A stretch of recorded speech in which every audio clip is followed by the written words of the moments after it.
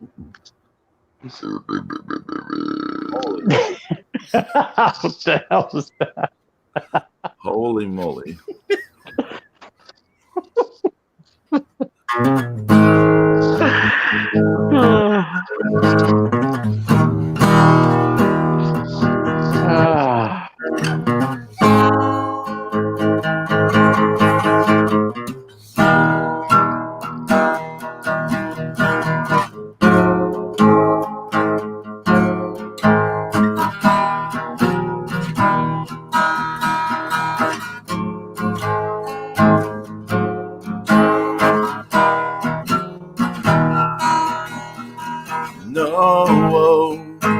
Whoa, it's time to mark out.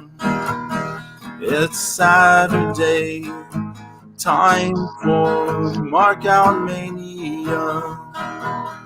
G1 had some kick-ass stuff. Takeover did as well. AEW not so much. We'll talk about it on Mark Out Mania. It's time to mark out on Mark Out Mania.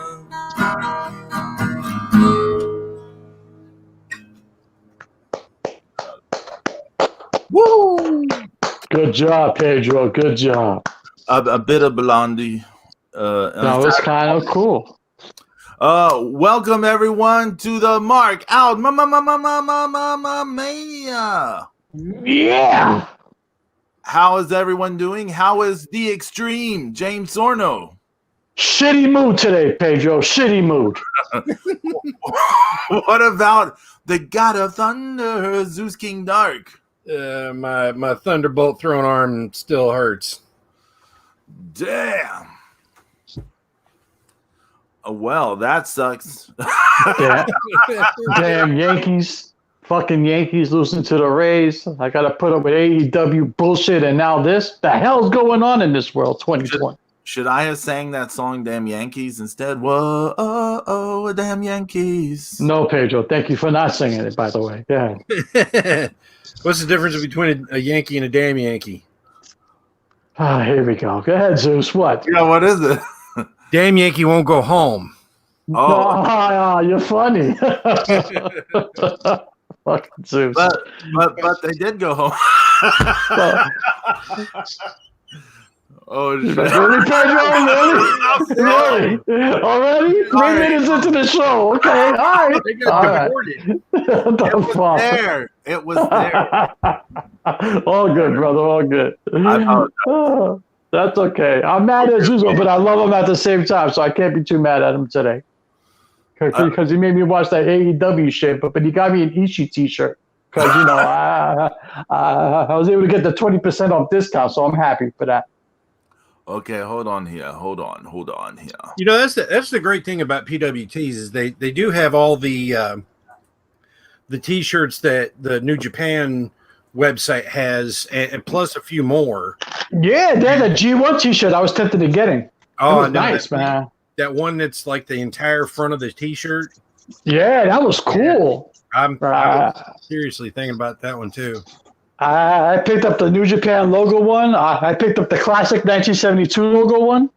Yeah. And then I grabbed the Ishii shirt. No Kaka shirt for me. You're under duress until he stops using the Cobra clutch. Yeah. Horrible. Brutal. Not happy. Otherwise, how you boys doing? How's everything else? How's your week? How's everybody doing out there in the world? What's been going on in the week of professional wrestling? Well, where do y'all want to start at? Well, I do want to say one thing real quick to get it out of the way is very happy. Apparently, White Mike is not retiring now. Oh, good, yes. Very good. So Gymnasty Boys can keep on going. Excellent. Apparently, his one of his young sons says he can't retire until he gets some of that Mattel money. Nice. So somebody's got we got to start working on some Gymnasty Boys action figures. Yeah. And just want to say continued support for the one of the best teams is not been on a major TV show yet, and there's no damn good reason why. So the current AML tag team champions as well. Somebody needs to put them in a tournament. That's what I'm saying, man. They would be great, in the tag league. As thin as the tag team scene is in New Japan, they would fit right in. I mean, could pick up a couple of wins here and there, and learn a lot and get some exposure. Yeah, absolutely. My favorite team from AML is the fucking Dawsons. I love the Dawsons. Yeah, they're awesome. Yeah, the Dawsons were a lot of fun. Oh yeah. I shouldn't say past tense, but I just mean it's been a long time since we've seen them. And not Bram, but the other one, Isaacs. He's gone from NWA now. Oh, really? Yeah. Does this mean his the girlfriend, the one that looked like a corpse or whatever, is? Yeah, she's actually been seen with Zicky Dice. Oh wow! Wow, that was that's the pairing. That look great together. Sense. Well, you said that, and it's like, oh, that makes sense. Yeah, it does actually. Yeah. So Dice. So and then hopefully NWA Power is coming back real soon, and since I actually missed that TV show. That show was a lot of fun. Yeah, it's great 1 hour. Yeah, that's what wrestling should be, fun. Unlike some other 3-letter fucking corporations that are forced to be watched that absolutely suck. Well, okay. How do y'all want to start this off? Do you want to start off with New Japan, NXT Takeover, or do you want to get the Kaka out of the way? Let's get the Kaka out of the way. Okay. And we're not talking about Lazuchka Okaka. Oh shit! There you go. Or Jay Shite. Yeah. Since they both got feces. Yeah, they're both shit right now. Oh no! What Jay White is not shit right now. Jay White is absolute caca. No, he's not. No, he's great. I love him. No, I don't. Piece of shit. Oh man, there was a match this week. I was like, James is gonna hate this match. I think it was which one? I think it was Yano Zack Sabre Jr. I was like, oh my god, I haven't even seen that yet. Please don't tell me. Please, I don't want to know. Just because of who was involved, I was like, James is gonna hate this match. But yeah, I'm sure I am. Okay,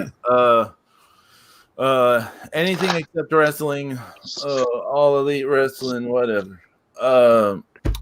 So on Tuesday, I watched Angelico versus someone. It was on Dark. I don't know who it was, but YYH, our loyal listener, she was talking about it because obvious reasons, and so I watched that, and that was whatever it was, It was what? It was whatever. You tell me it wasn't a 5-star Dark match? No. Oh, you know what? Well, here's what was funny. So I put on Dark. I saw the end of some Eddie Kingston match where he made someone tap out to the Kimura. And then he cut an awesome promo, but it was an awesome promo for a match I don't care about. It was like him versus Moxley. It sounded like he was setting up an I Quit match. And so, like, his delivery is great, but it's like, I don't care to see Eddie Kingston versus John Moxley. Right. I don't really want Eddie Kingston shouldn't be in the ring. He should be managing and speaking on the mic. Yeah, on NXT this Wednesday, what's his face? Damian Priest was talking.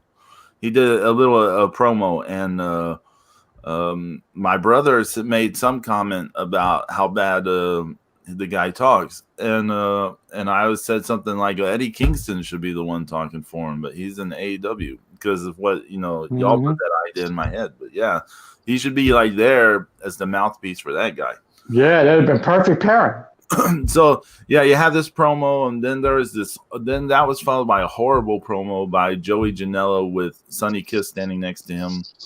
And then they had Angelico versus his jobber, and Angelico did his submission stuff. That's all that was fine. But then the transitions from doing his submission stuff to now having to sell this very basic offense, which I'm not against this guy. I'm sure the guy is new or whatever. So him having basic offense is fine, but just the way they transitioned wasn't great. I kept thinking about Zack Sabre Jr. in New Japan, how he will transition to stuff. He makes it look more natural instead of like he's just stopping everything to do this other thing. But that was whatever. It's a squash match. It's no big deal. But when the little bit I was watching that in the chat room, that was going on that YouTube, the people were saying, "This is the best Dark ever. This is the best." Like, we're always joking about this when it comes to the AEW cult, that they're every week is the best week ever, right? So right. the next night, Wednesday night, and the TH2 fought FTR for the tag titles, and YYH had put it over a lot. And I'm not blaming this on her. I made the decision to watch. Let me put this out there. I wasn't asked to watch, nothing like that. I made the decision to watch. So you took it upon yourself to watch this abomination. Yeah, it was the because I have DirecTV. For some reason, we get the West Coast TNT. Right. We get the East Coast, and then we get the West Coast. So I was like, I'll watch the West Coast replay of Dynamite. I'll just watch this match. I was just gonna watch the one match. Mistake number one. So I watched TH2 versus FTR, and that's a whole little rant in itself, right? Because Jack Evans. I mean, we all love Jack Evans, but he was super sloppy. Super sloppy. He was botching stuff, missing moves. It was just really sloppy. There's one point, I don't know the greatest bots in history. Oh, I'm sorry. Go ahead. I don't know the name of the Revival FTR guy with the hair. I don't know either of them. We'll just call him Hair Fart and then okay. So Hair Fart, there's one point where he had to move Jack's foot into position so Jack could like push him off of him or something. Jesus. I was like, it seemed like a really simple thing, but I don't know. But Angelico did look good in the match. I will give that to him. But no one else looked good in the match. And I don't know if y'all saw any of it, but I thought the FTR Revival, their whole deal was some old school bullshit, right? That's what they say. Isn't that like their whole? It's supposed to be no fist. I mean, it's supposed no flips, just fists. They were doing all kinds of like goofy, kind of indie looking shit in there. I was like, I thought they weren't supposed to be doing all this. I noticed some of that when a few weeks ago when they wrestled Pillman and Griff.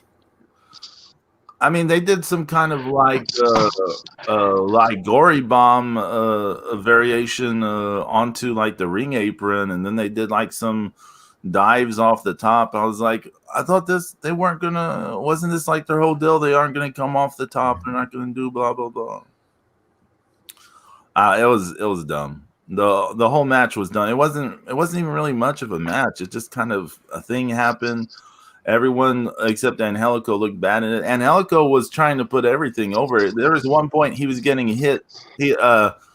Jack is on the top, and the hair fart is stacking him, and Angelico goes to save Jack, and the hair fart guy is punching him down. And the way Angelico sold the punches made it look like he's just getting blasted with shots. I was like, oh, he really put that over really well. But like no one else put that kind of effort into this thing. No one else did. I was like, oh, this is a really I think in the chat I said this match is sloppy Slopsville. I have my. I saved my comments in a different thing because I wanted to have my thoughts in front of me when we get to this dog collar bullshit. So, anyways, I watched all that shit. They had this stupid post match. I don't even want to go into the whole post match thing. It was dumb. The Bucks were being filmed, and then they're like, "Oh, we're being filmed," and they super kick the camera, and then the best friends come out, and that was the greatest super kick to a cameraman in history.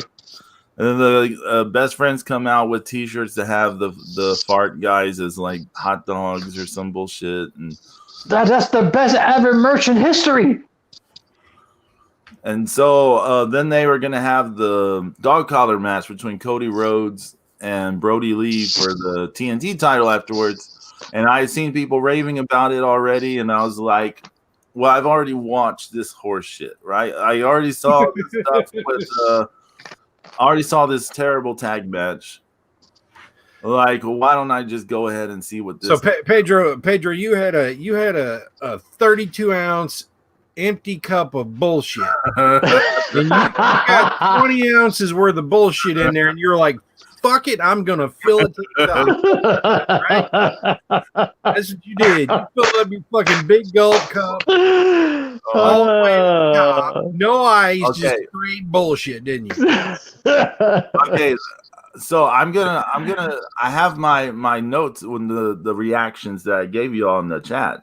Yeah. So I'm just giving my thoughts because I'm not trying to publicize our private stuff. This is just my thing so I can. But I said I legit can't fathom why people love this shit.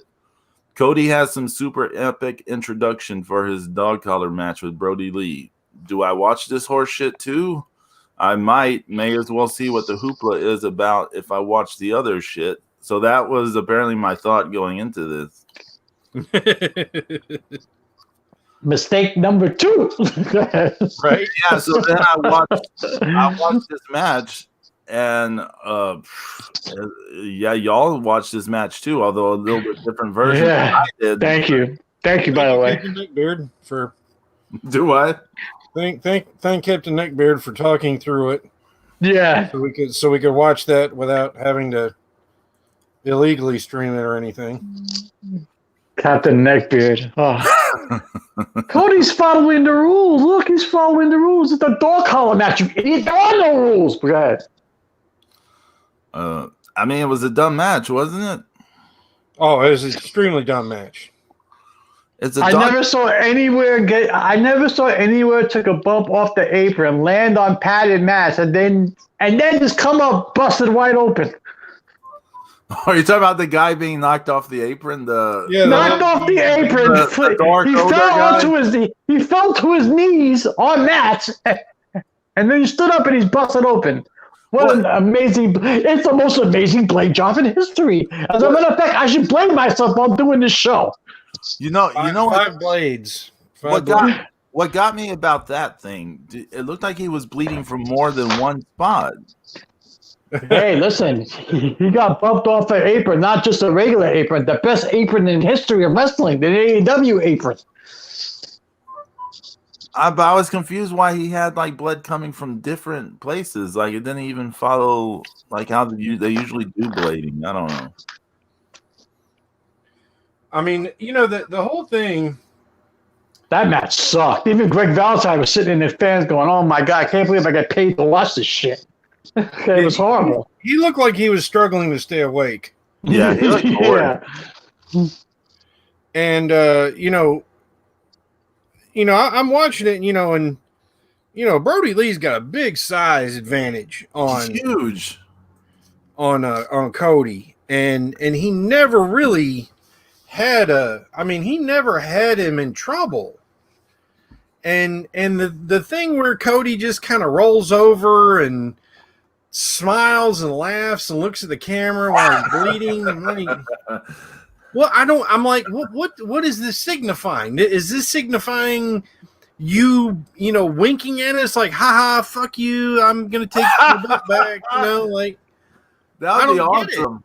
I'm like, if you're not in trouble, then why the fuck do I care if you're gonna, how do I care if you win? I didn't get too far in the neckbeard version of this match because I had already seen the match and I couldn't stand the neckbeard guy. Yeah. Did they show the part where Cody's on the outside and he does the closing his eyes and the like he's suffering kind of selling, and then the next thing he's opening his eyes and doing that Joker smile? Yeah. They showed that like where Yeah. he's like Yeah. They he's like showed it. labored and then suddenly like Picture. Yeah. Yeah. They showed it. What's the point of going from like hurting to Poor Unless Roddy he's Piper becoming must be Cactus turning over in Jack. his grave. Is he becoming Cactus Jack now or Oh I God. don't know. And I, you know, and why do we feel obligated to try to make you know, Arn keep giving out, you know, 1 quarter rotation spine busters? And it took him 20 minutes to get up from the spine buster. he's old? Why, why did they do that to him? Why not did they keep just putting him old. in the ring? He's old and he's really hurt, you know. Yes, his whole left side of the body's stiff. He can't move it. Can't you see that? Jesus. Yeah, he's, you know, please, you know. Why did they keep doing that to Arn? I don't know. Why? Why Because did, Arn- and even so, why does Arn accept it? Because he's happy to have a job. Arn should be like, I'm not doing that shit. The fuck out of here. That's what Arn should be I saying. mean, he's probably doing it for Dusty's kid. I mean, he's just like, Yeah. I'm gonna help them out. But That was an atrocious match. Everything looked bad. The selling was horrendous. Okay, the moves were even worse. The fucking crossroads for fucking Brody Lee had to help do it. It was horrible. the Crossroads looked. Yeah. They did 2 of them, and both of them Yeah. looked terrible because it looked like Brody Lee was doing the move to Cody, but then he's selling it like he got hit with it. Yeah. Didn't he kick out of the first one at like 1? Yeah, Yeah. And then it's like, okay, well, then it finished in the second time. Like, so well, that's but not a progression that makes any goddamn sense. there's a little bit of context we need to throw out here. More nonsensical shit. Well, no, when Cody lost the title to Brody Lee, it was basically, I didn't watch it, but supposedly it was basically a straight up squash match. Like Brody Lee just came in and like dominated him with almost no offense from Cody and just like beat him in minutes or something and won the title.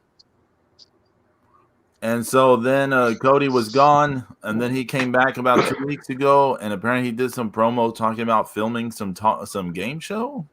And then his hair was different, and he challenged Brody Lee to this match, and then you saw what the match was, and it's like you went from being squashed to now you're like on even level with this guy. You mentioned the size. Zeus, this bothered me a lot with some of the move choices they did because, like, take that package pile driver through the table. Yeah. Okay. During the commercial break. Yeah. First off, it's during a commercial break. They're doing this huge Carnage Gonzo spot during a commercial break.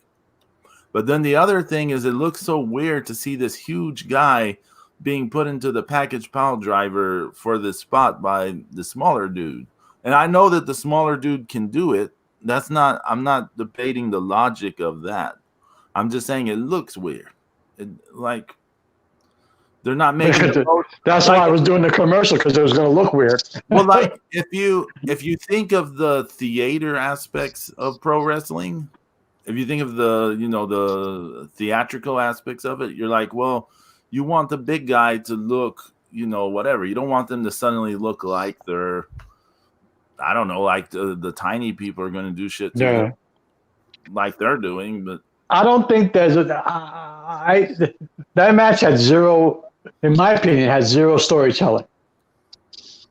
If you watch a good wrestling match that tells a story in the ring, okay, 2 guys who are quote unquote dancing in the ring, and they're telling a story.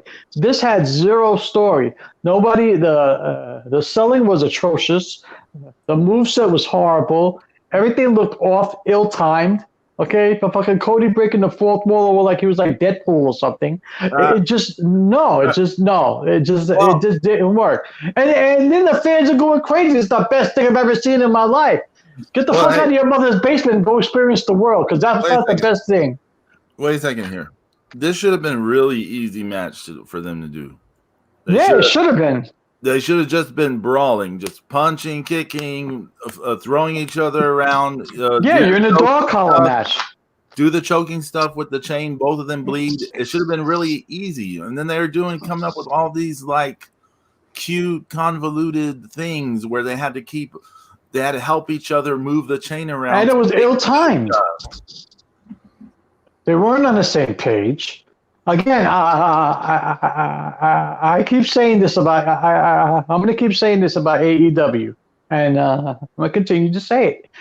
This is what happens when you don't have any house shows, or you never had any house shows. You don't rehearse. You don't practice. You don't get two guys who are feeling themselves out. Back in the day, you used to take that match around the loop for about a good week and a half, and then you put it on TV or pay-per-view. So it's good. I mean, at least have them have some regular matches and more matches against each other. Right, exactly. A tag team match against each other. I mean, something where they're more used to each other, and but another fucking flaw of AEW is everybody thinks they're a fucking Hall of Famer that works there. So. You could tell that the timing was off. It was off. The whole match was off. It was sloppy, dumb. And yet the fans are like, this is the best thing I've ever seen. I don't understand it. And I know people who are good wrestling fans, smart wrestling fans, and they still buy into this shit. Like, what's wrong with you? I did see some people push back on this match. I saw a lot of people pushing back on the result, especially. I saw people pushing back on the result, and I saw some people saying, why all the cute shit in this match? Like, why didn't they just brawl? And people kept, response I kept seeing was that, let it play out. Let it play out. AEW has earned. They said this. They have earned the right to let it play out. They said they're not like the WWE. They haven't burned us as many times where you can't give WWE the benefit of the doubt or whatever. It doesn't matter, it's just. But I bring that up for a reason, Zeus. Yeah. It's the whole reason that this cult around AEW exists is because of the situation where people felt so disappointed and burned out on what WWE was doing. Yeah. That's why people are just like subscribe to this like religion, which we've never seen before till this fucking zombies. That's what I call them. They're zombies. You can't. If you want to be a supporter of AEW, fine, but call a spade a spade. If the match sucks, it fucking sucks. But don't say, "Oh, that's the best match I've ever seen." I haven't seen anybody else put on matches like that. They can't do that, James. Imagine. Think of it like this. Imagine if someone in an election that you're supporting says a bunch of dumb stuff. And you're like, oh, maybe privately you're like, oh, that was a really stupid thing for them to say. But you're like, oh, I can't publicly say something because then people say I'm supporting the other person. It's a bit like that. They can't. Seemingly can't criticize AEW because then that means WWE gets soul power off of them or something. I don't know. I don't know what. I get what you're saying, Pedro. I do get what you're saying, but to me that's sheep behavior. That's being a sheep. I love NXT, but I'll be the first one, and I praise them up and down the block. But I'll be the first one to call them out if their shit sucks, and I have. Yeah, I'm like, what the hell are you doing? I have. We have not been praising them a ton since the USA. So exactly. I foresaw. I said, watch. They're gonna move to USA and it's gonna suck, and they had. I'll be the first one to say it. I remember when I told you that Vince was getting more involved with NXT. Yeah. Yeah. And I'll be the first one. So these fans were like, I think they're delusional. that they're delusional. Okay, fine. You want to buy into it? You can buy into it, but come on, man. You got to be honest with yourself. They have subscribed to it. They can't like lose face by saying, whatever. So let me tell this story on the air. So I already told you guys, but my neighbor, he had to work first shift this week, and he doesn't have a car. He needed a ride, so I took him to work. And occasionally we talk about old school wrestling back in the day. He's like 55. He's older than me, and I know he basically only has cable. He's got cable, and he watches a lot of stuff on TV, and he grew up watching Mid-Atlantic, Dusty Rhodes, Ric Flair, the stuff we had around here, and he loved that, and he didn't and he hadn't really watched anything in the last 20 years. But he watches a lot of shows on TNT. And so, I asked him the other day, I said, you caught any of that AEW wrestling? And he says to me, all they do is flip. He said, they don't wrestle. They just do a whole bunch of flips. And he also said, he said, I try to get into the characters and I can't get into them. It's just boring to me. And he said, all they do is talk up all the great women that they have, but they never show them. And I'm like, this is a guy, he didn't even know that WWF, he was like, is WWF still even on anymore? And I'm like, yeah, it's still going. And he didn't even know.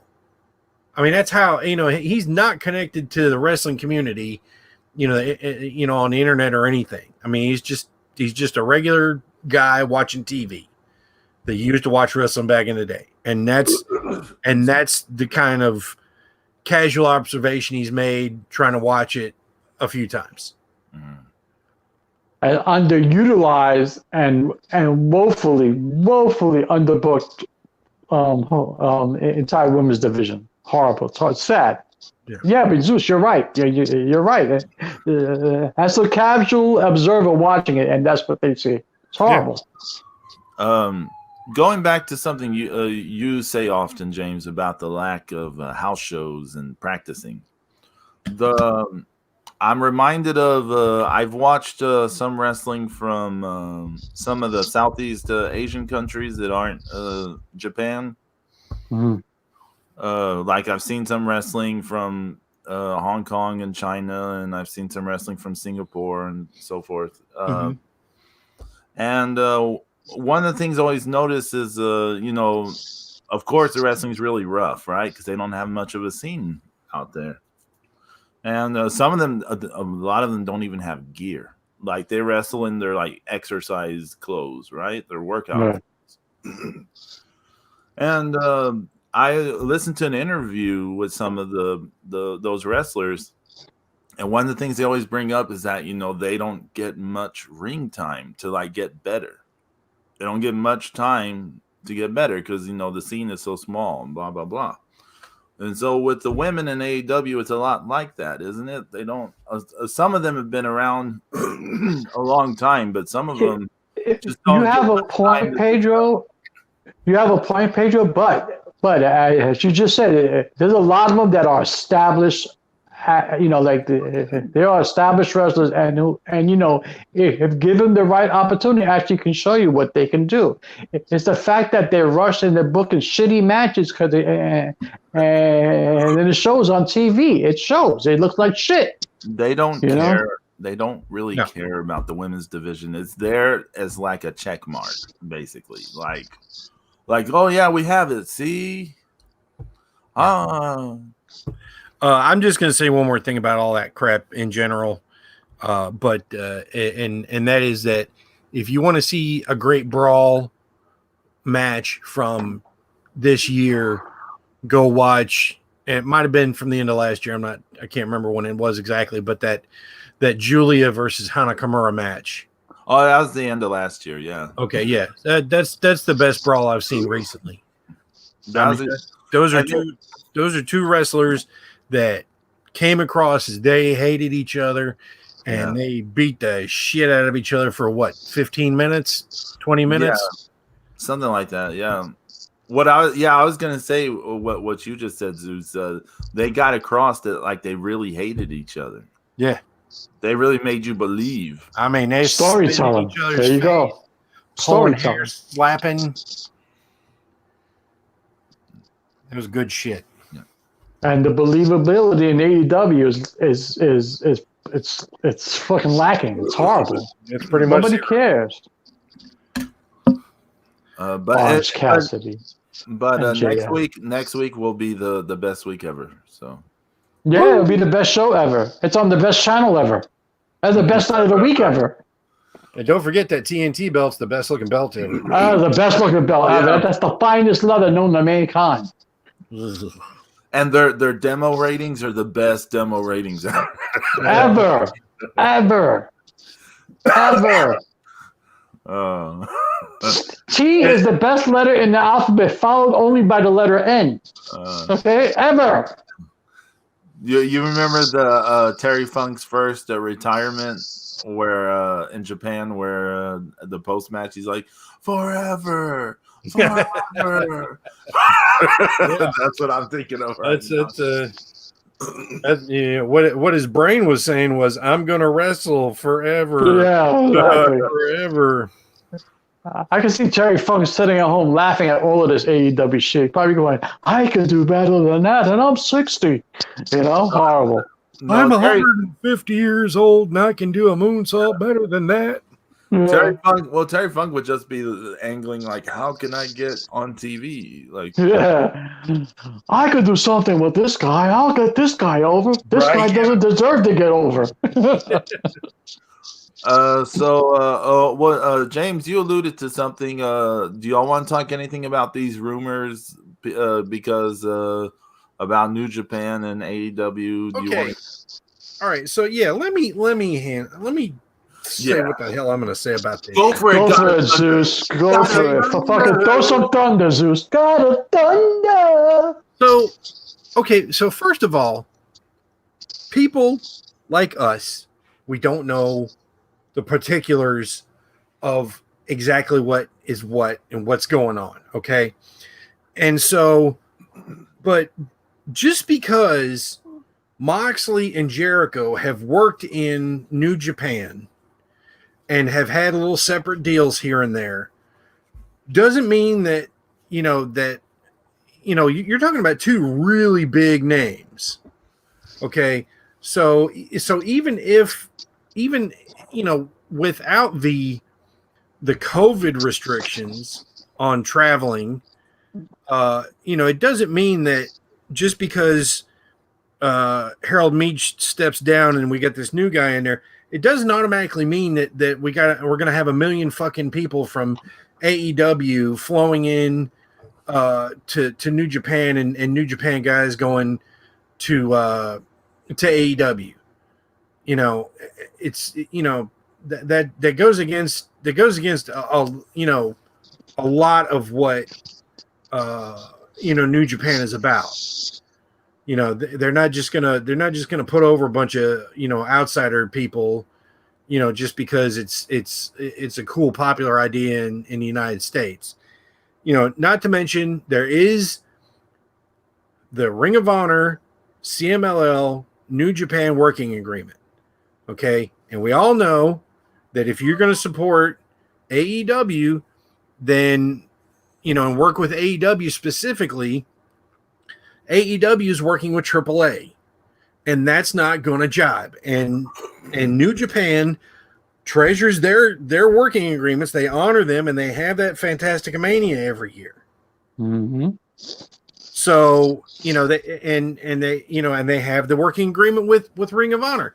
There's plenty of great guys in Ring of Honor, but they don't have, they're not walking in and out of New Japan like a revolving door. We get to see some people sometimes, and like right now we're getting to see, Jeff Cobb. I think Jeff Cobb is signed to New Japan, but even in his time with Ring of Honor, he was transitioning here and there, but it's not like we see, we've seen Matt Taven or Jay Lethal, or I mean, there's plenty of excellent guys in Ring of Honor that have not been in New Japan.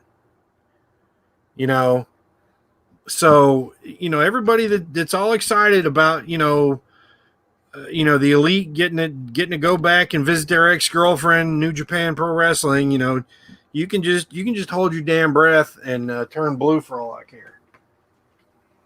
Mm-hmm.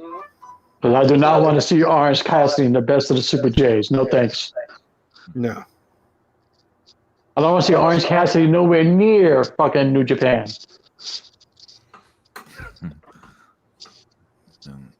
Oh, horrible. Horrible. I mean, that'll be the best crossover event ever. What, Zeus? What do you think about that? Like the idea of AEW just automatically, it's just like every, it's just like WWE fans when they were like, oh, well, the Elite's out of New Japan, that we're going to get them. Who the fuck, who the fuck is we, because you don't fucking work for them.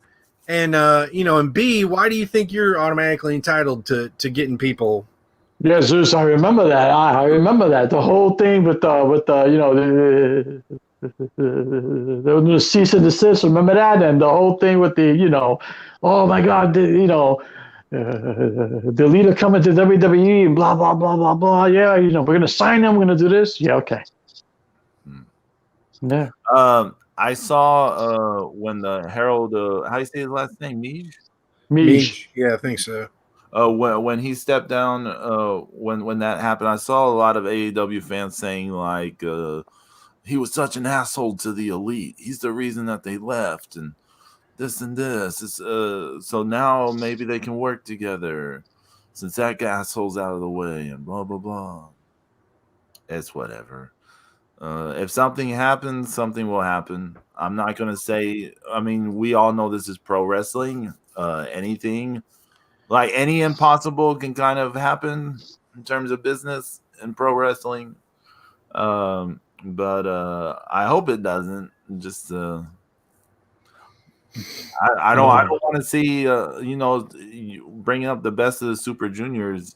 I don't want to see Hiromu having to go through the pocket routine with Orange Cassidy or whatever. And see, I've been in I've heard people say, oh, you just don't like the wrestlers in AEW. No, that's not true. I like them. There are a lot of wrestlers in AEW I would love to follow. I was always a fan of Brody Lee. I'm a fan of Lance Archer.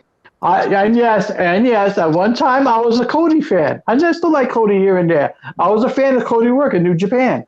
Okay, they have people I want to see. AEW and the way they book the matches and the storylines and the in-ring work has ruined them in my eyes. And the fans think that it's the greatest thing since sliced bread.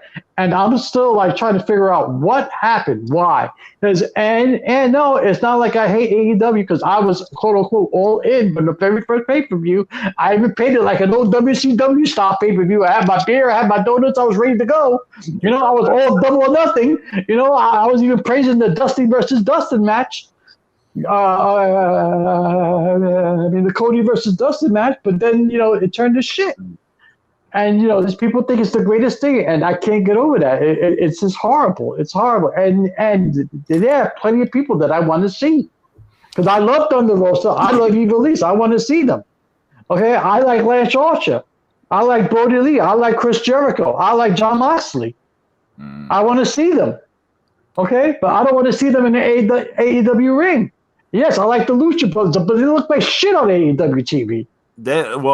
To be fair, Pentagon has looked like shit everywhere outside of Lucha Underground. Yeah, that's true. I hate to say it, but he's super lazy. But At one Yeah, point, that's lazy, not Okada. there was one point in time. If you said Penta and Phoenix were going to be in the best of Super Juniors, we would have got excited. Yeah. But I would still be excited if Phoenix was going to be in it. You should, Zeus. You know what? Maybe. You really should. Maybe, but the thing is, in current form, current Phoenix is super sloppy as fuck. Like, have you seen how many botches and stuff he does now? He does a ton of them. He is not in focus or whatever like he used to be. It's horrible. I mean, I don't know. I'd be scared. Like, what would happen? Since we know sometimes people have horrible ideas in the junior heavyweight stuff. AEW is pure pee caca garbage. Pee caca. Well, hey, yeah. Outside of that, well, and another thing too is, the CMLL allowed Titan to be in the best of Super Juniors last year. Yeah. And but and I guess that was before the split with Roosh and Dragon Lee, right? Yeah. So I like to see Roosh show up in the best of Super J's. They let Dragon Lee, Titan, and be in the best of Super Junior last year, and Bandito was in it too. Yeah. I mean, he was a Ring of Honor guy at that time. Mm-hmm. That's right. I remember that. Once again, I mean, you got these other guys who, especially with it being a little thinner, not sure who can travel and things like that. I'm sure New Japan can come up with a competent roster. I think they're going to have enough guys to pull it off. Oh no, they're gonna. But I'm just saying, it's like, because like Desperado wasn't in it last year because he was hurt. Yeah. Hiromu wasn't in it last year. So but we know that Shingo and Ospreay won't be in it this year. So it'll be an interesting year. So yeah. Well, since we're talking New Japan. Yes, how about G1? We had 4 days this week. Well, I guess 5 counting today, but I haven't seen today's. But I've been preoccupied with the Yankee playoffs and baseball playoffs. So I saw it. I don't waste my time with the skill competition. The what competition? A skill competition. 9 guys standing around beating up on one dude. Bro, yeah, brutal. Okay, I know what you're talking about now. Okay. Look, if you can eat nachos during a game, it's not a real sport. Okay. You can play it twice in one day on a professional level. Twice. You can play 2 whole games. Can you imagine? Depending on how long the games go. Any other pro sport playing it twice in one day? 2 games in one day? Yeah. Okay, I'm off raining on baseball. James. Yeah, no, understand solid. I'm just waiting for him to stop. It's okay. Yeah, so your retort, James. No retort. I'll let Zeus have his fun. He can talk shit all he wants. He just, he's just picking it. He's just living in my misery right now because the goddamn Yankees lost to the fucking Rays last time 2-1, and then ended the playoffs. I was so excited to see the Yankees go against the Houston Asterix again. The cheaters of baseball. For the rematch. But no, I get this, and now I'm going to have Zeus up my ass all day. But that's okay. I'll live with it. Fucking Zeus. But it's okay. They're all cheating. They're all cheating. Yeah, all cheating. Yeah. Oh, but Zeus, hold on. Who are the matchups today?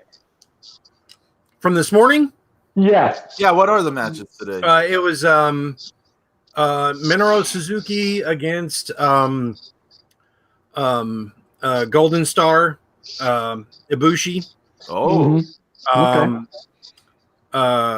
Tomohiro Ishii against Jeff Cobb. Whoa. Oh, yeah. Okay.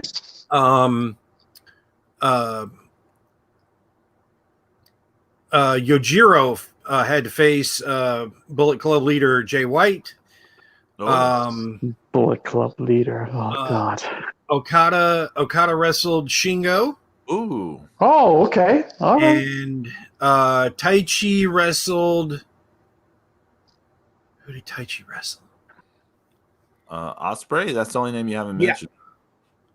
Is there any way you could give the updated points without giving up spoilers or no? Well, don't.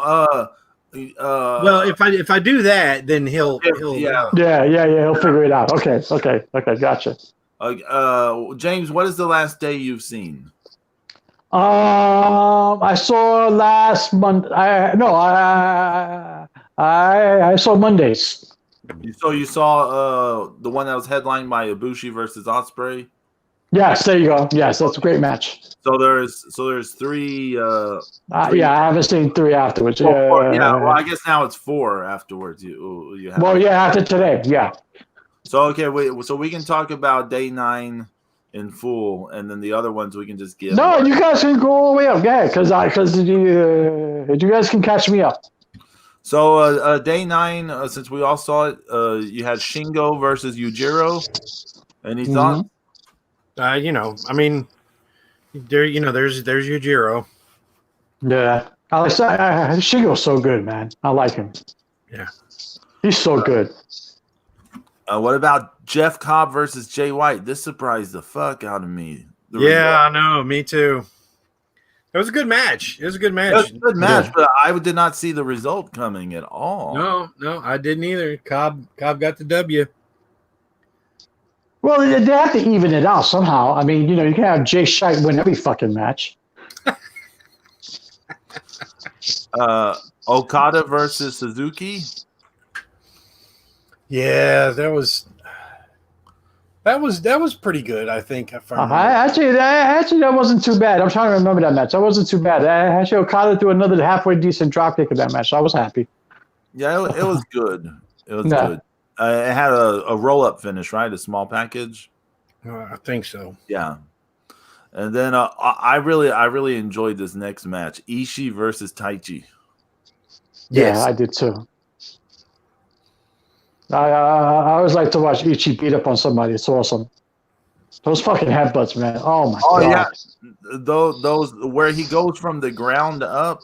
Yeah, man, that just kills me. It's amazing. I mean, poor Taichi. As long as it's not shoot, it's amazing. Yeah, Taichi.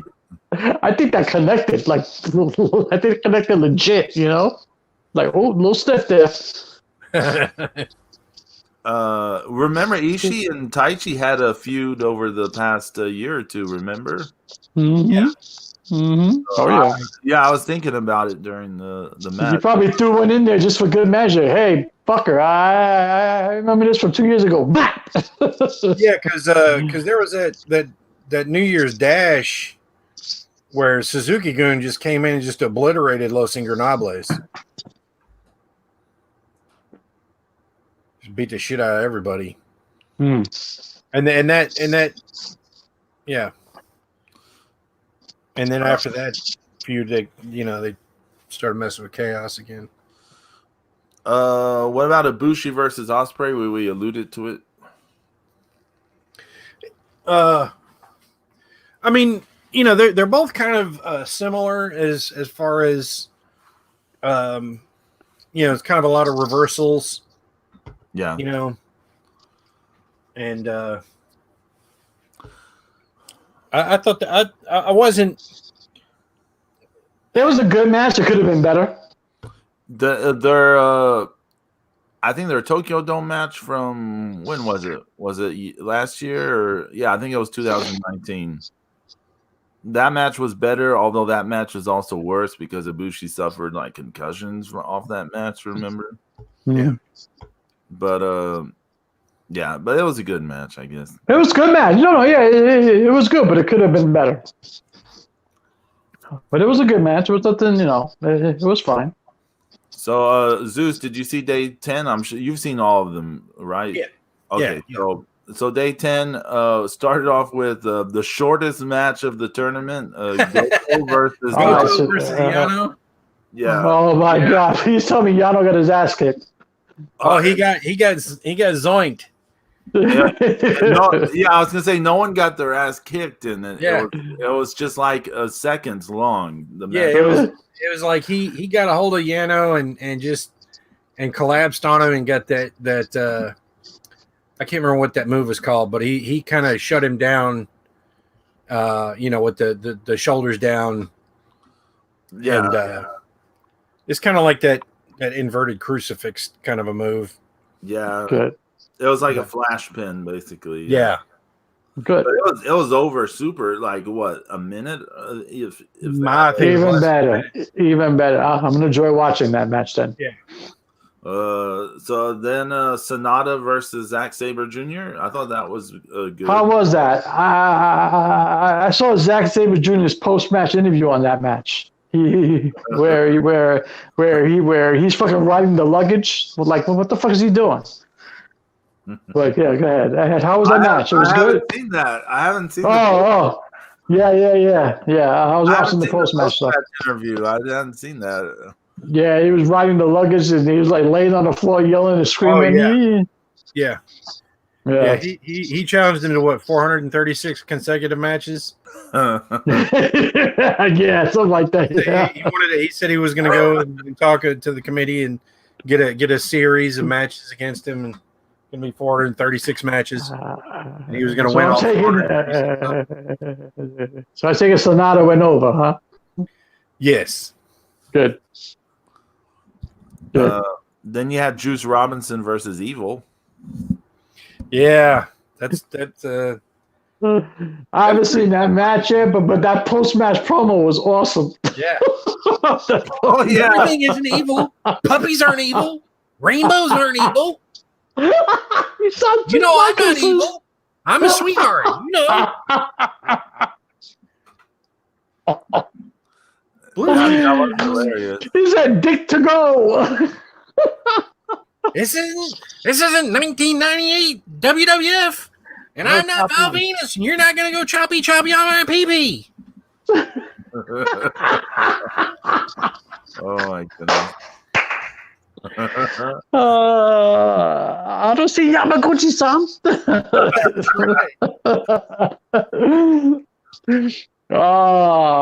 We haven't seen it was a good match. in a minute either. What? Yeah, I know. I haven't seen Taco Michinoku for Oh yeah, exactly. I haven't seen him in a while. Yeah.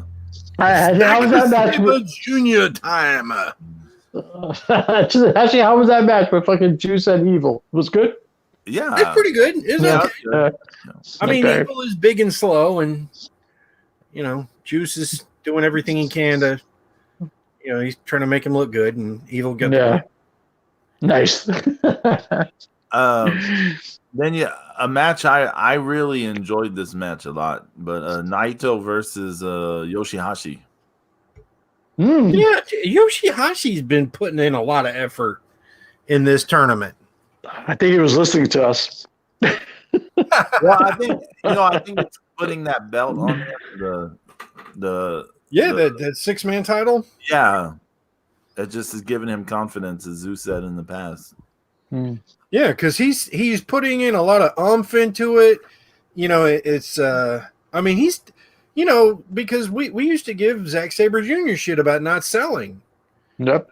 And he's been selling a lot more. He's a really well-rounded kind of a guy. And now Yoshihashi, you feel it when he's hurt, and you want to you want to see the underdog mount a comeback and try to win. And he's putting a lot of effort into connecting with the crowd, I feel. Yeah. He's growing into a well-rounded performer. There's an interesting thing I want to bring him back on in a moment, but Hiroshi Tanahashi versus Kenta was the main event. Oh, day 10. Really? Yes. How was that? How was that? Everything. What is Tanahashi not been good at in the last? Right. Yeah, that's true. That is true. And especially this year. I mean, it's crazy. I mean, I don't know if he's doing CBD oil or cortisone shot. I don't know what he's doing, but maybe maybe he changed his shampoo. I don't know, but whatever he's doing, it's working great because he just. I'm like, how are you better than you were in like 2017 or 2018? Well, how did he work with Kenta? Do you remember how he was in the New Japan Cup and in that one tag title match? How he could barely walk, and now he's that was horrible. I mean, it's in just months he's moving better. I thought the match was good. Yeah, you had to catch yourself with him. Kenta did it. He did pretty decent. Yeah. I don't know how familiar y'all are with Kenta's work when he was in Noah, when he was like a junior heavyweight and all that. I'm just a little familiar. I'm not gonna lie. I seen maybe like 1 or 2 matches when he was with Noah. That's it. So like, to be honest, him and Noah. What's that guy? Not Noah. The Marufuji. You remember Marufuji? I don't remember Marufuji's first name, but him and Kenta and Marufuji used to have a gazillion matches in Noah. They had like a big rivalry. It was mostly in the junior heavyweight, and then later is over the heavyweight title. But it's interesting that back then they moved so fast, right? Yeah. Kenta and Marufuji moving so fast, and it's interesting that now I think this is fair to say Kenta is very methodical, like in his pace, right? He works a very slow pace match. What do you think, Zeus? He's somewhat methodically paced, right? Nothing.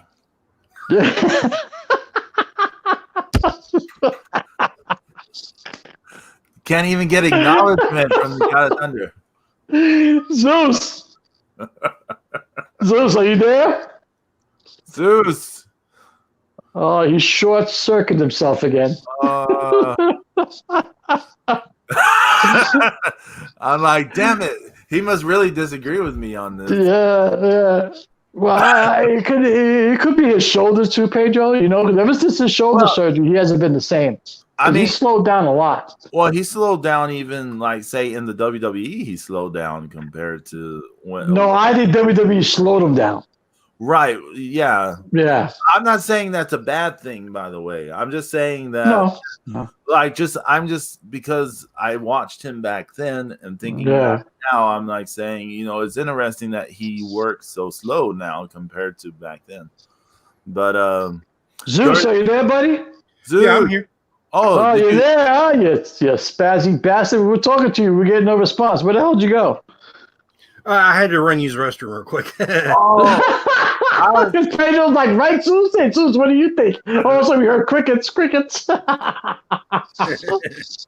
was saying that like Kenta used to work such a fast style when he was younger, but now his style is very slow. It's like very methodical, like his pace. It's no longer a fast style. So and he's a heel. Yeah, and he's showing that he's trying to take kind of like the best elements of sports entertainment and integrate it with his older body because his damaged body too, because that shoulder's beat up.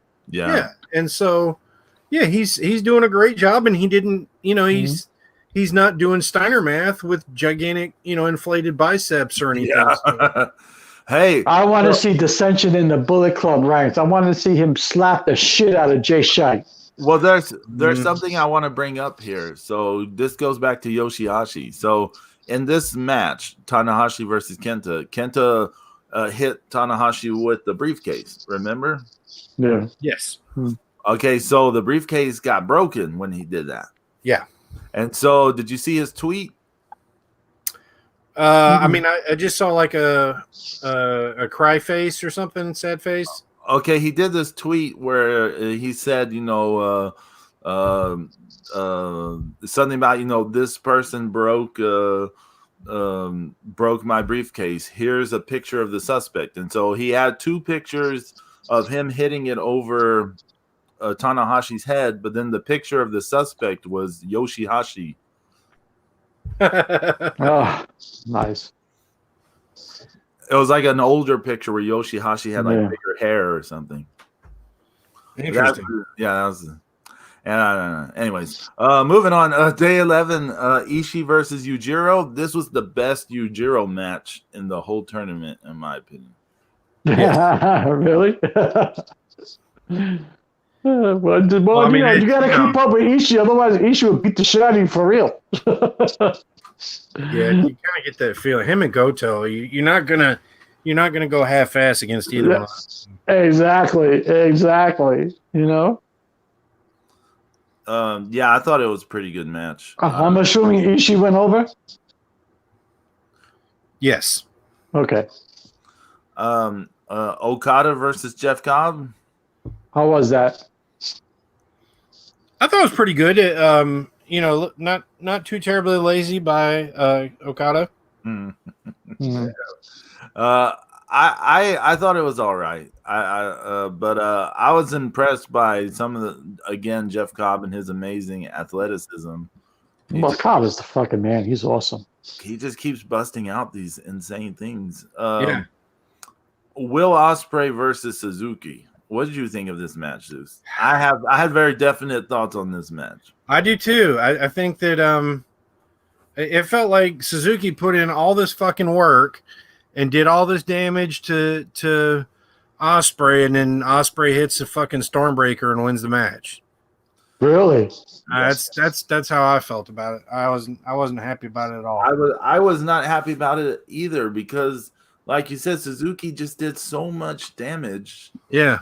And there should have been, like, to a degree, I have this criticism of his match against Okada in 2017, actually. I love the parts where Suzuki is dismantling Okada in that match, right? Yeah. Like, that stuff is amazing in that match.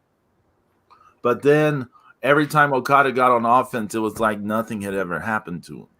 Yeah. And that drove me up the wall in that match because the way it seemed like he built such an uphill for Okada had no way back, in my opinion. But Okada kept coming back like nothing had ever happened to him.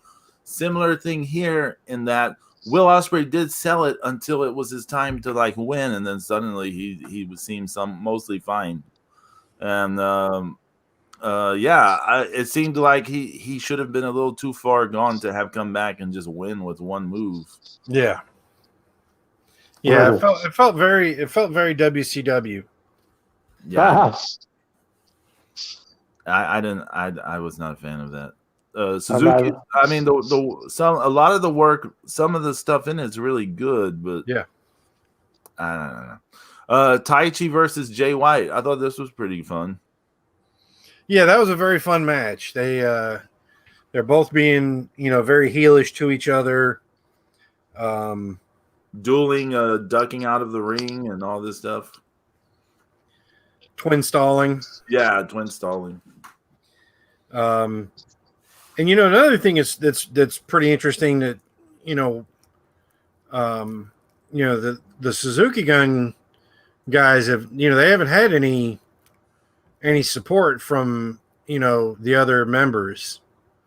Like everybody goes out there on their own, right? Like they don't even have, like, I think Desperado is at the Korakuen Hall doing commentary. Mm-hmm. But he did help Taichi a little bit, yeah. Did he help Taichi a little bit after that match? Yeah, I thought he tried to help him during the match at one point, didn't he? Who went over, White? Yeah, he threw him something, didn't he? Chair or something? Yeah. And then he helped him to the back afterwards, yeah. Yeah. Who went over, Jay White? Yeah. Yeah. Over Taichi? Yeah. I don't think Taichi's won a lot of matches in this tournament, has he? Well, I mean, he started off, he won 3 in a row, and then he just fulfilled his shit. Yeah, he's just been. Yeah, but the thing, if you look at how, Taichi and Zack Sabre Jr. got Tag League coming up next month. That's right. That's right. So, mm-hmm. So they're putting in double duty, whereas next month with between Tag League and Best of Super Junior, there's going to be a lot of I think there's going to be a lot of the other heavyweights are going to kind of be they're going to be able to rest and cruise through November and December. Getting ready for Wrestle Kingdom. So, which isn't that's not bad at all. It's not a bad thing. No, I'm just saying it's rough. It's rough for Taichi and Rick Saber Jr. and Morchi. Yeah, Morchi. I forgot about Tag League. I totally forgot about Tag League's coming up. That's right. Yeah, coinciding with Best Junior. Kota Ibushi versus Shingo. Good match. That was good, hard hitting, just like you would expect it to be. I think I like the way that that Shingo he's not comfortable doing the exact same thing all the time. He's still mixing things up a little bit, I feel. Yeah. Where some guys are kind of, they're happy with their 25 moves. Yeah. And the order that they do it, and then how it ends a match or whatever. He's not. He doesn't want to, and it makes the match a little bit more memorable, even if he loses. Yeah. He's not gonna go down or win the exact same way every fucking time. Yeah, I thought it was a pretty good match. Yeah. And is it just me, or is Ibushi not abusing his neck like like the way that James abuses Zero's mom? Oh shit! Damn! Damn! Well, that's true. He's back. Oh yeah, you're right. You're right. Yeah, he's back. He's taking a little bit more care of that neck. Yeah. Well, he needs to, man. For Christ's sake! I mean, come on. Yeah. Then day 12, we had Goto versus Yoshihashi. That was all right. Goto versus that was okay. That wasn't bad. Toru Yano versus Zack Sabre Jr. Oh my god. I'm not gonna tell you the result, James, because I want you to be surprised. But okay. I had so much fun watching that match.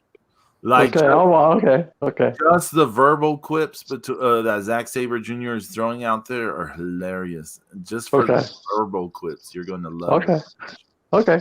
I've been backing off Gumby lately because he's been impressing me. So, and he actually sells now, which I'm happy with. So, yeah. What do you think of that match, Zeus?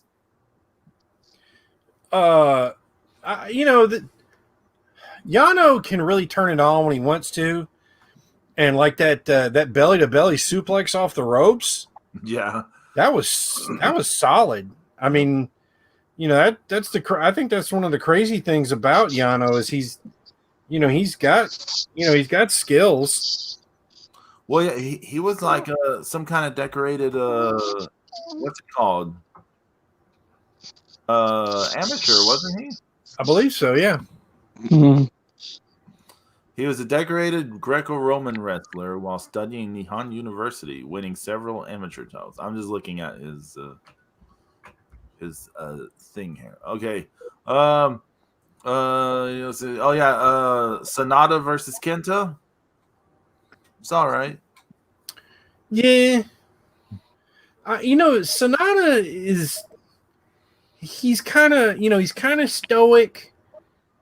And it's bordering on like a lack of me giving a damn about him. Damn, Zeus. His aloofness or lack of connection. It's like, are you trying to say that he was better with evil?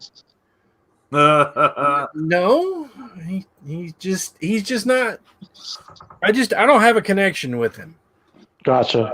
I'd like to like him because. He's my father's other illegitimate son, so that makes us illegitimate, half brothers. So and I did like his crazy I did like his crazy Lupin beard better than his clean shaven face. But yeah, I would like to see some more intensity and fire from I don't know, something. He's just not doing it for you. Yeah, no, he really isn't. Yeah, I mean it was all right. Yeah. The match is all right. So yeah, Sonata, I feel a little bit like he's in a holding pattern until they get to the last round of the group stage, because I know that's when he faces Evil. Is it the last night? So I don't mean the finals, the last night of the group stage. So I feel like he's just kind of waiting. Evil and Sonata should reunite for Tag League. James, for that to happen, Sonata. I know. I'm just. Hey, listen. If I can watch that AEW bullshit, I can think about this. Okay. James, do I have to sing it again? No. It's over, isn't it? That's right. Isn't it over? That was my favorite. Yesterday. That was my favorite tag team. AEW. I tell you, I'm gonna say one last thing about AEW before you continue. Okay, I can't watch AEW. I'd rather watch Cheaters. I'd rather watch the episode of Cheaters where me and Joey Greco bust Zero's mom's cheating on me with the honky tonk man. Okay? Hey, not for nothing. I miss Cheaters. They haven't had it on VH1 and stuff. I'm watching it right now, Pedro. Oh, is it on right now? It's an episode where me and Joey Greco bust Zero's mom's cheating on me with the honky tonk man. I'm telling you. Oh, it is on right now. Yeah, it's on right I now. haven't seen it in a long while. So I love that show. It's awesome. Okay, you whore! Damn it. We gotta move this along. Okay. So, Naito versus Juice Robinson. I really enjoyed the hell out of this match. Yeah. Yeah, Juice is out there busting his ass, and Naito is Naito, and did Juice finally beat Naito? No, you know what? Don't tell me. Yeah, we're not telling you. You gotta. Yeah. And then Tanahashi versus Evil was the main event, and that was pretty good too, I thought. I mean, once again, it's hard to. Yeah. It's hard to root against Tanahashi. He's awesome. So I know they had a round today. A thing today. I haven't seen it. Zeus went over the matches earlier. So I'm just going to talk about the points excluding today. So like from after night 12. So we're not talking about night 13 on, right? Right. Because I don't know night 13. So so the points, as far as I'm just going off of my notes here. So in Group A, Ibushi, Jay White, Okada, and Ospreay all have 8 points, right? I think. Right. Yeah. And then Suzuki, Taichi, Shingo, Ishii have 6, I think. And then Cobb has 4, and Yujiro's zip, right? Right. So who's looking most likely? How many points are left after this? The 6 rounds. So there's 3 more rounds. So there's 6 points to grab. Yeah, 18 is your the maximum. Right. This is after night 12, right?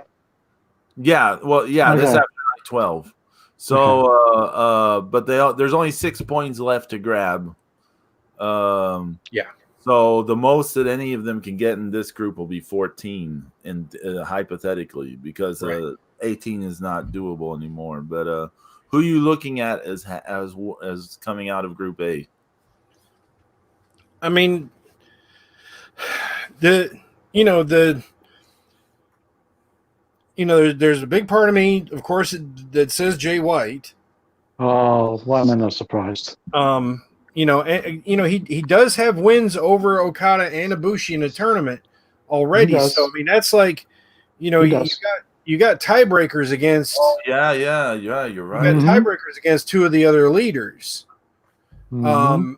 I don't think that Osprey finishes strong. You know, it I got this feeling that it's going to come down to either Ibushi or Jay White again from this block. Because I think they've had this rivalry, and I think they're the two most driven, and the two with their head on straight, not worrying about some fucking Cobra clutch bullshit. So, and then Shingo's still kind of prone to, he's still kind of coming into the heavyweight. Yeah. So I think that seems like the most logical odds-on way to have A block end out. Okay, so then let's look at the B block. Sorry, I think Naito has 10 points, right? Yes, I believe he had 10. He has the most points of everyone, I believe. Yeah, he only had one loss. Yeah, and so Evil has 8 points, I think. Right, I think he has 4 wins, right? That sounds right. And then Tanahashi, Juiced, Yano, Goto, Sonata, I think Zack Sabre Jr. I'm not sure about Zack Sabre Jr. They have like 3 wins, so that's like 6 points.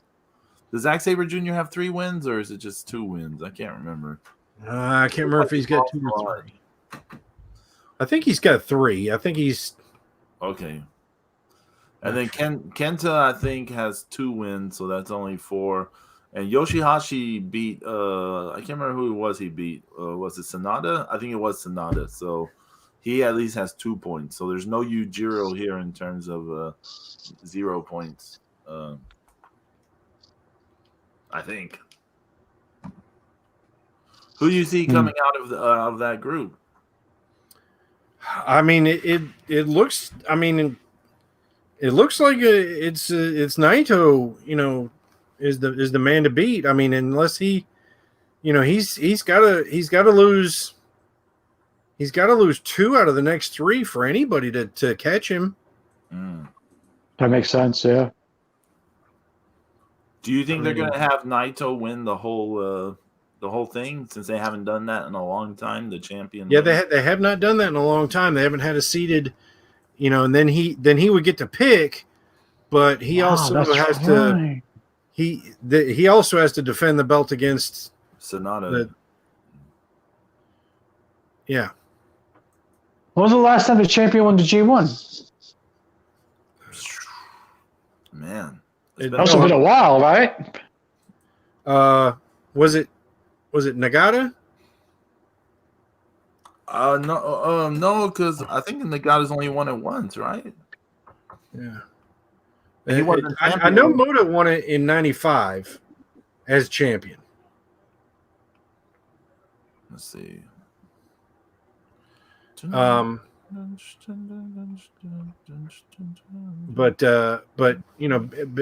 B block has been a rough one. Tanahashi could finish strong, but I don't see him winning it the whole thing. So, do you think there's a chance Evil will beat Naito and maybe he finishes? No, not if Jay White's going to finish at the other one. Yeah, that wouldn't make any sense. Well, it would if you're talking about the battle for Bullet Club leadership, because there has been some dissent, and because that was the thing too, is we talked about it a little bit last week, when Evil faced Kenta and Togo and Evil didn't too sweet Kenta. Yeah. So, well,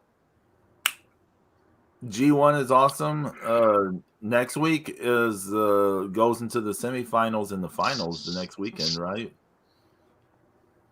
I mean, whoever wins the blocks, Yeah.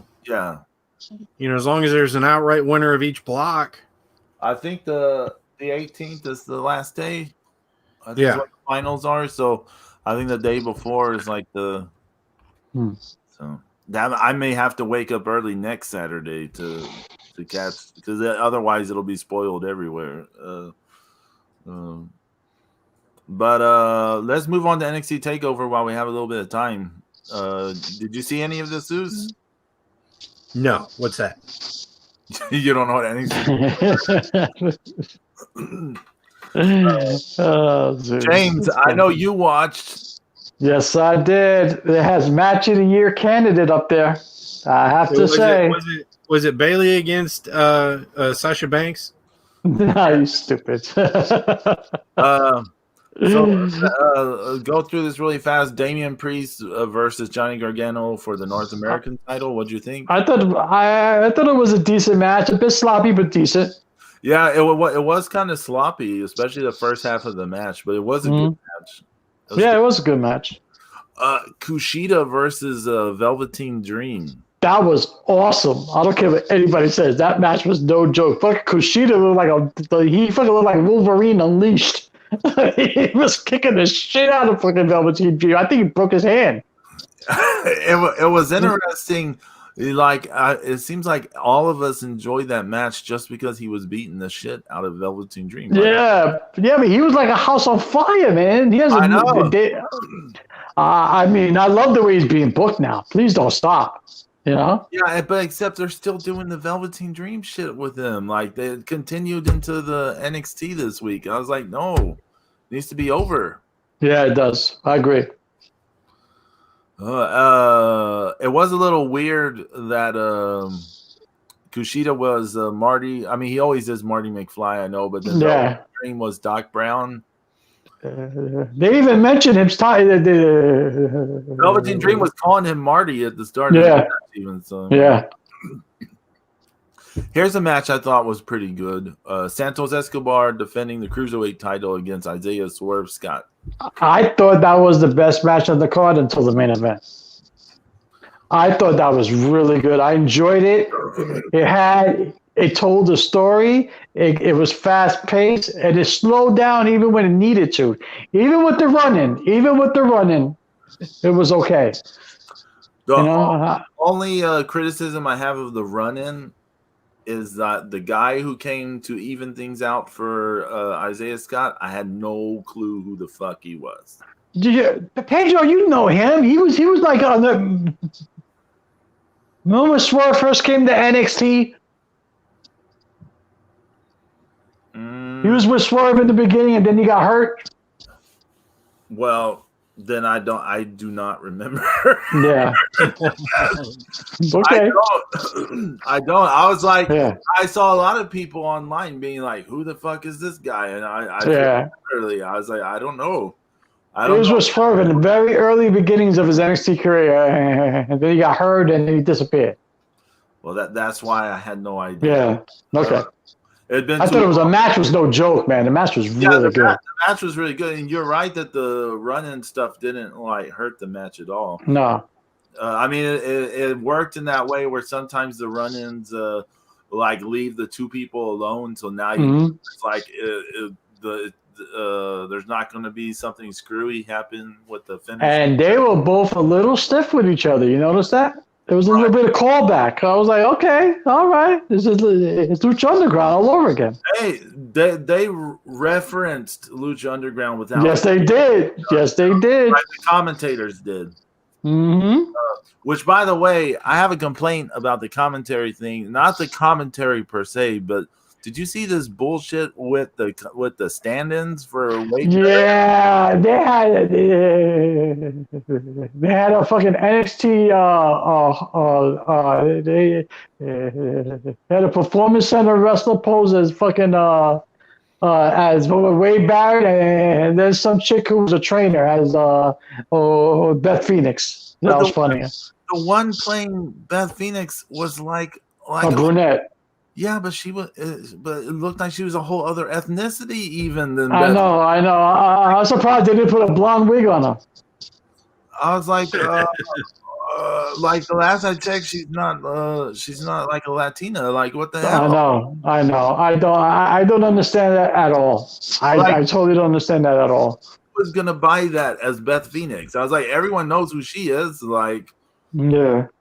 Anyways, Io Shirai versus Candice LeRae. What did you think about this? I thought it was pretty good. But I don't think them two could ever have a really bad match. It's just how it's booked. I thought it was all right. I thought it was a good match. There was nothing wrong with it, Pedro. Their match last year was better. Yes, it was. And this, to me, felt more like they're just two people going through motions. Like, I don't know. It just felt like two people going through the motions. Oh, shit. I thought that was Hornswoggle on Cheaters. He wants in on this match. Okay, let's talk about the main event. Finn Balor defending the NXT title against Kyle O'Reilly. A lot of people saying match of the year candidate. I thought the match was very good. It was a super good match. I don't think match of the year candidate, in my opinion, because there's been too many matches. Yeah, I agree. It was stiff as fuck too. But yeah, it was. Oh, yeah, fuck yeah. What happened to Finn Balor in this match? And O'Reilly, got a busted liver. Finn Balor kicked the shit out of O'Reilly right in his gut. Like his whole area was bruised. Man. And then Balor took a knee to the face and broke his jaw in two places. Yep.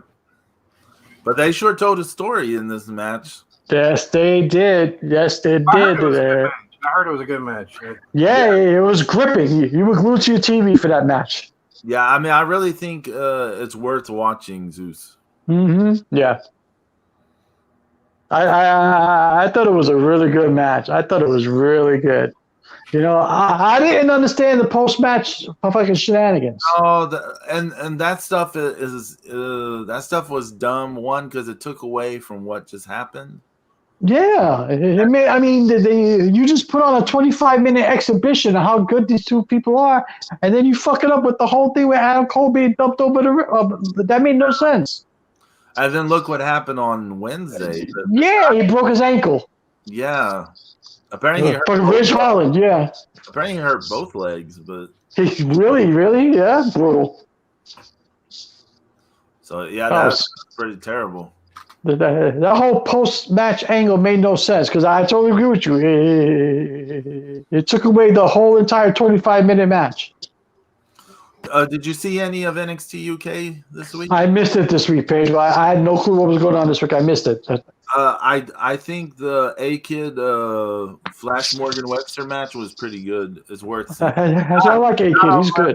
Not on the level of what we're talking about, the Kyle O'Reilly thing. It's not on the level. Right. I just mean it was a match. Actually, I like A-Kid. I think he's really good. A-Kid is good. So is Zero's mom. Yeah.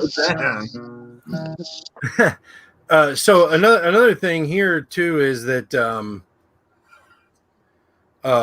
B Block, I think Kenta and Yoshihashi are eliminated by points now. Yeah, they're mathematically eliminated. Yeah, of course Takahashi hadn't won shit, so it doesn't matter if he wins his last two. That's another thing is A Block is one night ahead. So they each only have two more matches. So I'm assuming they saving Kenta for Wrestle Kingdom, right? Yeah, and Moxley. That's what I'm. He might have to wrestle Jeff Cobb for the briefcase one more time or somebody. Okay. But I think they want. Juice. I think they want Kenta to do that. They'll have to wrestle Juice because when Juice beat him, remember. Juice That's right. Pointing at the briefcase, and Kenta's like, "No, it's mine. It's mine." And that seems like the one that they would do for over the briefcase. Yeah, but him and Cobb are a better matchup, I think, than him and Juice. Well, but they've had two matches on the New Japan Strong, though, haven't they? Yeah. Yeah.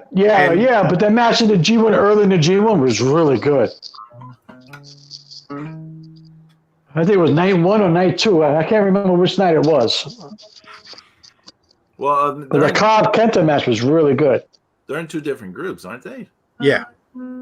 So what was that match we were watching with Cobb against Kenta?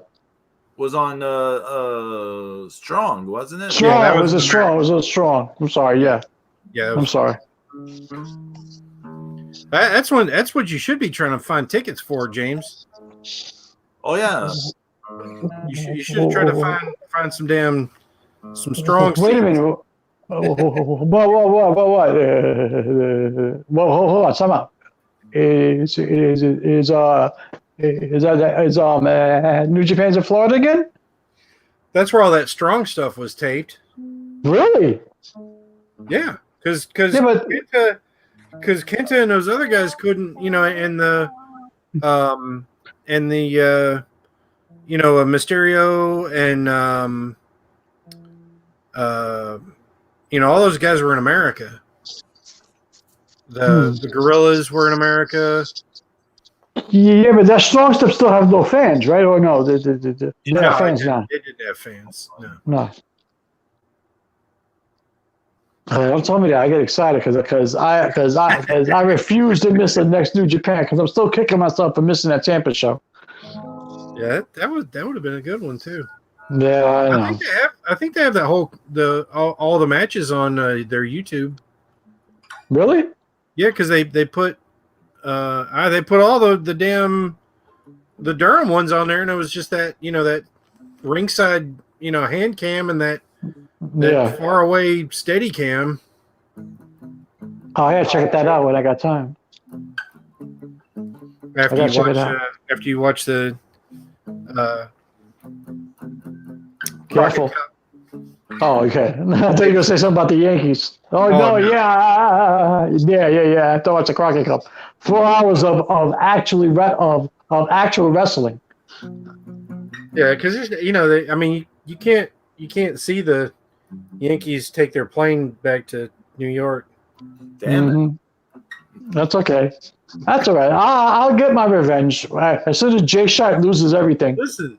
I was almost living.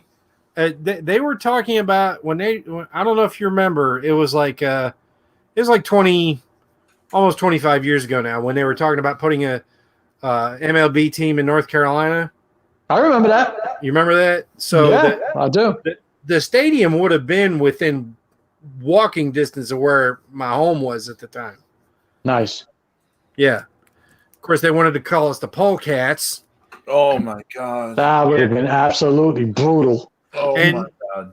Yeah, and you know what the problem was? Why it never happened is they wanted funding for the stadium to come. They were going to increase a tax on prepared food. So any food that you bought that was already, like any sandwich or burger or anything like that was already cooked or made, ready to eat, there was going to be like a 2-cent extra tax on there.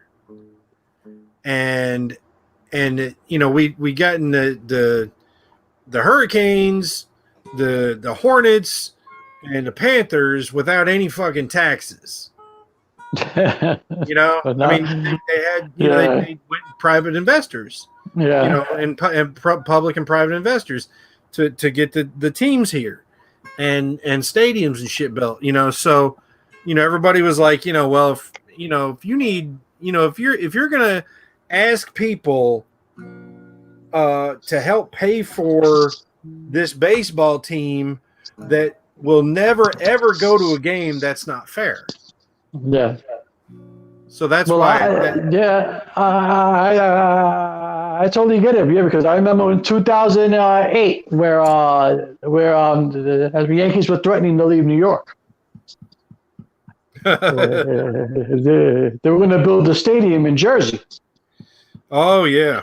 Yeah, and they were like, the whole thing fought about public funding versus private funding, the stocks, the bonds, et cetera, et cetera, et cetera. Because, the New Yankee Stadium costs almost, like $1 billion. It's outrageous. So they were like, they had to come from public funding. You know, they wanted to raise tax. People didn't want to do it. You know, and then there was an uproar. How can we move the Yankees to Jersey after we lost the Brooklyn Dodgers and the New York Giants? They went to San Francisco and blah blah blah blah blah. So yeah, I get it. Trust me, I get it.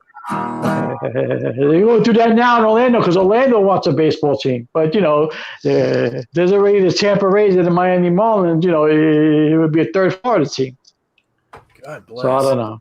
They can have the Polecats. They can have that name. Yeah, the Polecats. Yeah, that's a brutal name. No, please. That's all I need to see is the Orlando Mickey Mouses here in Orlando with fucking Zero's mom as their mascot. Oh, okay. That sounds like time to wrap up. Anyone got anything to plug? I'm gonna be on the Mid-South Memories tomorrow. They're having That's cool. Good job, Zeus. Yeah, he's doing a special thing with a lot of his past guests, and it's going to be some trivia questions and things like that. So good stuff. Good stuff. Yeah, that's awesome, Zeus. Good job. Everybody's got to make sure you tune in and listen. Mid-South Memories podcast. He's on iTunes and the iPodcast, and you know. I'm just looking forward to our Halloween episode because I want to talk horror. Yeah, and then there's an episode coming up in the next 2 weeks that I know you're looking forward to, James. Oh, what? Yeah, I am. That will be finally. Pedro and Zeus have decided to finally take the gloves off me, as if I had any on, and fucking let me spew my insane madness about the current state of politics in the United States of America. Because we figure it can't get any worse. No matter what you say, it's right. fucking worse. So that will be fun. Yeah, that'll be sometime in the next 2 weeks, and then after that, the Halloween episode. God willing. Yeah, God willing. Professor Casey. Yeah, Professor Casey. Oh, speaking of Casey, I want to give a shout out to the boys at the MMM show who has some good stuff this week. I was listening. Fun times as always. Yep. Shout out to Casey, Meef, Justin, Byron, and you know all those guys that have Jimmy V. Meef. I know Meef was happy with Phantasma's performance on NXT Takeover. So. Everyone take care out there. Have a great week. Stay safe. Wear a mask. Wash your hands. Do all that. And adios. Wear your damn mask. Don't be like Zero's mom. Always be protected.